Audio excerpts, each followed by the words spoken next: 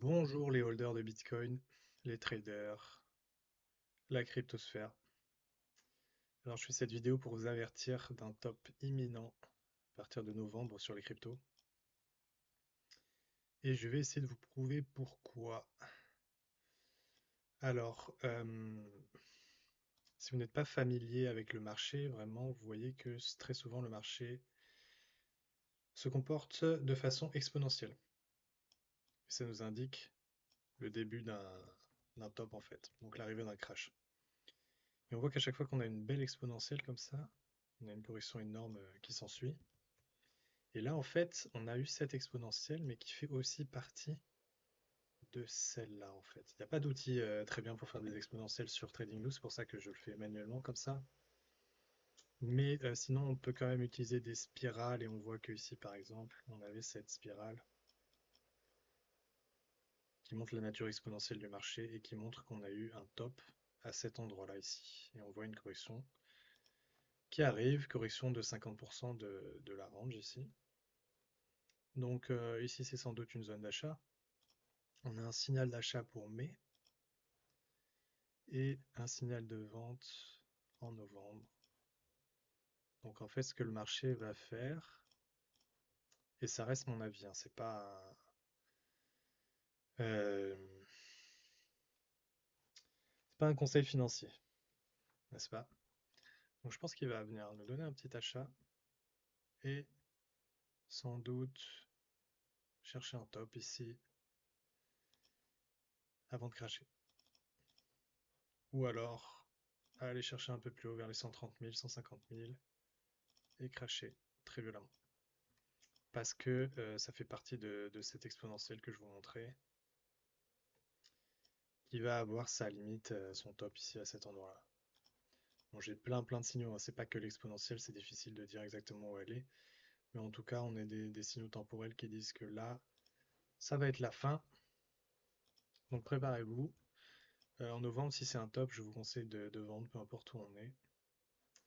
Encore une fois, c'est mon humble opinion. Ne suivez pas aveuglément ce que quelqu'un vous dit sur YouTube, hein. Donc, on voit que le volume aussi nous indique une grande diminution de l'intérêt. Quand le volume descend et que le prix monte, c'est une divergence. On a sans doute aussi des divergences en termes de RSI. Je ne regarde pas le RSI. Donc en fait, je pense même pas que ça sert à quelque chose d'aller regarder un coup d'œil. Euh, donc, en 3 mois, qu'est-ce qui s'est passé? On voit que on a buté sur la traîne principale. Il a l'air de bien aimer les traînes en 3 mois. Et on voit que la prochaine trend qui n'a pas encore cyclé, c'est celle-là. Est-ce que celle-là a cyclé? Oui. Donc potentiellement celle-là aussi, hein, techniquement. Mais après, on a celle-ci. Voilà. Donc à mon avis, moi ce que je cherchais, c'est... Donc à surveiller, hein. S'il est là, à cet endroit-là, faites très attention. Hmm. Le premier achat qui m'intéresse, donc oui, effectivement, ici vers les 45, on aura un rebond. Et on aura un rebond ici aussi, sans doute. Ça coïncide pas avec la traîne, hein, donc tant pis. Mais quand on va commencer à cracher, voilà, on va s'attendre à un petit rebond ici, un petit rebond ici. Quelque chose comme ça, hein. Comme d'hab, hein, le marché monte, il descend, le marché monte, il descend. C'est toujours pareil. Et on peut vraiment prédire des tendances assez facilement quand même en regardant ce qui s'est passé dans le passé. Donc, je vais supprimer tout ça, mais retenez-les, hein, ces niveaux, ça peut être intéressant. Ne vous basez pas que sur ça. Étudiez, regardez. Regardez pourquoi. Pourquoi est-ce que ça, c'est des niveaux qui m'intéressent? Parce que c'est des order blocks, c'est les dernières bougies rouges, une vague baissière ici. Vous me direz pourquoi pas là, parce que là, on n'a pas une structure clean. Là, on a une structure où il y a eu de emotional damage. Il y a eu du damage émotionnel. Les gens n'ont pas compris ce qui s'est passé. Si on va en daily, vous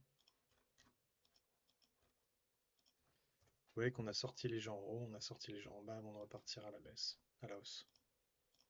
Donc techniquement, Cette bougie-là aussi en daily peut être intéressante. Donc cette zone-là peut être intéressante pour un petit rebond. Pareil ici, emotional damage. On voit que là, pareil, c'était du damage et on est revenu chercher l'order block. Donc order block, pourquoi vous vous fiez pas au mot, hein, c'est un terme d'ICT. Un mec qui ne sait pas trade, qui connaît la théorie mais qui n'arrive pas à trade sur YouTube, il est à peine profitable. Mais bref, il m'a appris énormément de choses et j'ai pu développer mes propres techniques après. Mais vous voyez, en fait, il y a beaucoup de retail qui ont vendu ici. Ils ont paniqué. Le retail, c'est les gens du commun. Et c'est à cet endroit-là que les institutions achètent en fait. Euh, et en fait, par exemple, là, il y a énormément de retail qui ont short. Donc, si le prix monte, ils sont dans le rouge. Une fois qu'on revient sur leur zone de short, émotionnellement, ils sont épuisés. Et donc, en fait, ils vont fermer leur position ici, ce qui induit de l'achat. Vous voyez, donc le prix peut remonter à ce moment-là. Il y a beaucoup de choses. En fait, le marché est extrêmement psychologique, mais on peut aussi. Enfin, tout est écrit dans la charte, quoi. Si on sait la lire, quoi, parce que les émotions des gens sont carrément écrites sur les graphiques. Donc, on va supprimer toutes ces petites choses. Encore une fois, je vous invite à observer, pas à agir sur ce que je viens de vous dire, ne jamais agir sur les informations que quelqu'un vous donne, observer, voir si ça marche, comprendre pourquoi ça marche, et après agir. Donc, une autre technique très très simple, c'est les mesures de move. C'est-à-dire que, et c'est pour vous prouver que le passé se répète tout le temps, euh, dans le futur et dans le présent. Donc par exemple, on voit de ce sommet-là à ce bas-là, on voit bien cette taille de mouvement ici, et on voit qu'il l'a répété ici, d'accord, de ce sommet à ce bas-là. Ensuite, il a répété ici, de ce bas-là à ce haut, etc. Du haut ici au bas ici. Mais ça marche dans toutes les time frames. Donc si je prends ce bas-là à ce haut-là, il a dû le faire un peu partout. Donc on va aller regarder à peu près ici, voilà. À peu près ici, pas vraiment. Bon. Mais sinon ici, partout. Vous voyez, de là à là. Donc il faudrait sans doute ajuster un tout petit peu, hein, mais vous voyez, de ici à ici, etc. Et ce, dans toutes les time frames, hein, on va continuer à les regarder pour le fun et pour vous prouver que c'est pas complètement aléatoire. Maintenant, j'en sais rien, prenons ce mouvement-là. Est-ce que il est un tout petit peu plus petit, ouais. Donc c'est peut-être lui qui va cycler. On va aller en prendre un qui a quand même une taille un peu différente. Voilà, lui. Et il se retrouve là, de ce bas-là au sommet ici, vous voyez. Donc, je sais, pardon, c'est un peu long, un peu chiant, mais pour être sûr que quelque chose marche, il faut le prouver le plus de fois possible, hein. Et voilà, je vous invite à le faire vous-même, voir si ça marche sur vos actifs, etc. C'est très très simple, c'est une méthode très basique. Un enfant de 6 ans peut trade en utilisant ces techniques-là, quoi. À quoi ça sert en fait? Eh bien, s'il y a un mouvement qui se produit, si on arrive dans cette zone-là, eh bien, je me dis, ah, peut-être ça peut commencer à devenir intéressant de regarder pour un achat, vous voyez. Imaginons on est là-haut et on crash. Je me dis, ah, dans cette zone-là, là, au niveau du rouge, ça peut être intéressant dans cette zone-là, au niveau du... etc. Et vous voyez que ça marche quasiment tout le temps. Parce qu'un actif va répéter les mêmes cycles en fait. Voilà, cadeau. Vous pouvez devenir profitable juste avec cette technique. Pareil si ça monte, hein, c'est l'inverse, hein. Donc, vous voyez, si l'actif monte, j'ai inversé la charte, hein. Mais dès qu'il arrive là, on se dit, ah, potentiellement dans cette zone-là, ça peut être intéressant de voir comment ça va se passer. On va aller voir les altcoins. Total 3. Total 3, c'est très moche. J'ai encore mis des order blocks intéressants. Donc il y a celui-là. Il y a celui-là en bas.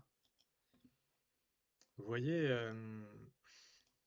après, encore une fois, quand on regarde le marché tous les jours, on développe des instincts. Mais là, vous voyez, cette structure, elle est tellement lourde, elle est épaisse pour une base comme ça. Imaginez un objet en métal avec le même poids à chaque endroit de son corps. Une base comme ça ne tiendra pas ça, en fait. Alors que cette base-là, elle pouvait tenir ce mouvement-là. Mais là, on commence à devenir trop lourd. Et du coup, bah, l'objet s'effondre, en fait. Je sais, juste une analogie, hein. Je sais pas si ça va marcher pour vous, si vous allez comprendre ce que je viens de vous dire. Mais ça marche plutôt bien sur le marché.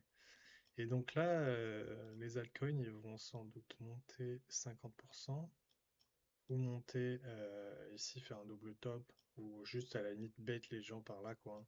Faire semblant de breakout. Et après, on va chercher ça et potentiellement chercher ça.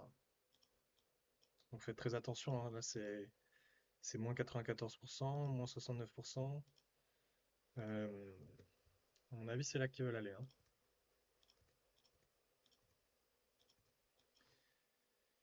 Euh, le volume n'est pas très indicatif là-dessus, hein, sur les altcoins. Mais encore une fois, peut-être si on se met en weekly, on la voit la parabole, hein.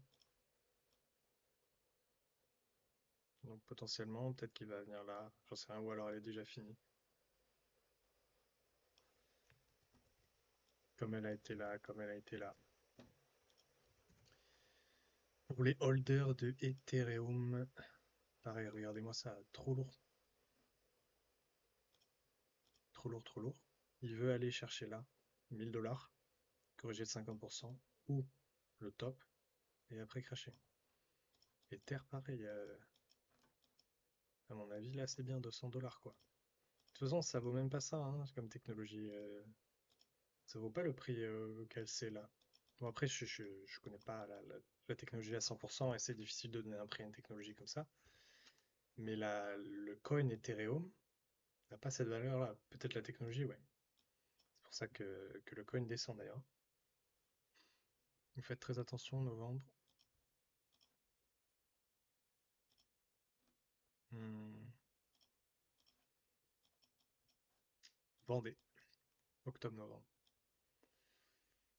Et voilà, hein. Pareil, Ether, pour vous montrer que ça marche sur tous les actifs. La méthode des mesures de mots, vous voyez, ici ça s'est produit, ici ça s'est reproduit, de ce bas là à ce haut là, quasiment là, de là à là, ici, hein, de là à là, etc., hein. De là à là, dans toutes les time frames. Euh, voilà, j'espère que cette vidéo aura aidé certaines personnes à ne pas perdre trop d'argent, à comprendre un peu la bourse. Et il faut que, vous voyez, il faut qu'il y ait des acheteurs pour qu'il y ait des vendeurs. Quand Trump a commencé à tweeter, etc., c'est là que les grosses ventes se sont mises en place. Donc faites très attention, vous ne laissez pas avoir.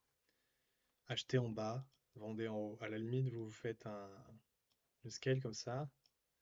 50% en dessous, on est en discount. Au-dessus, on est en premium. Ça veut dire que le marché, quand il a créé une range, il a dit que le prix juste était à 50%. Là, c'est trop cher, là, c'est pas assez cher. Donc en fait, si vous voulez gagner de l'argent, vous achetez toujours en discount. Toujours racheter en discount. Techniquement, maintenant, on est en discount, mais pour la range principale, je pense pas. Si on part de zéro, c'est 2000 le discount, quoi. Donc ouais, on est en dessous, mais bon. Si vous croyez long terme, vous pouvez DCA dans la zone ici, hein, techniquement. Mais vu que la crise de 90 ans, de cycle de 90 ans du marché boursier arrive, ben, les cryptos vont pas survivre, quoi. C'est pour ça qu'il faut faire toujours attention. Après, normalement, d'ici 5-6 ans, quand tout sera en bas, eh bien, vous n'aurez même plus à vous poser la question. Vous pouvez investir sur tout ce que vous voulez euh, pendant des années. Tout va monter. Il faudra faire attention aux US, etc. À mon avis, plus investir au Brésil ou dans des endroits comme ça. Mais quoi qu'il en soit, voilà, j'espère que ça vous aura aidé. Je vous souhaite une bonne journée.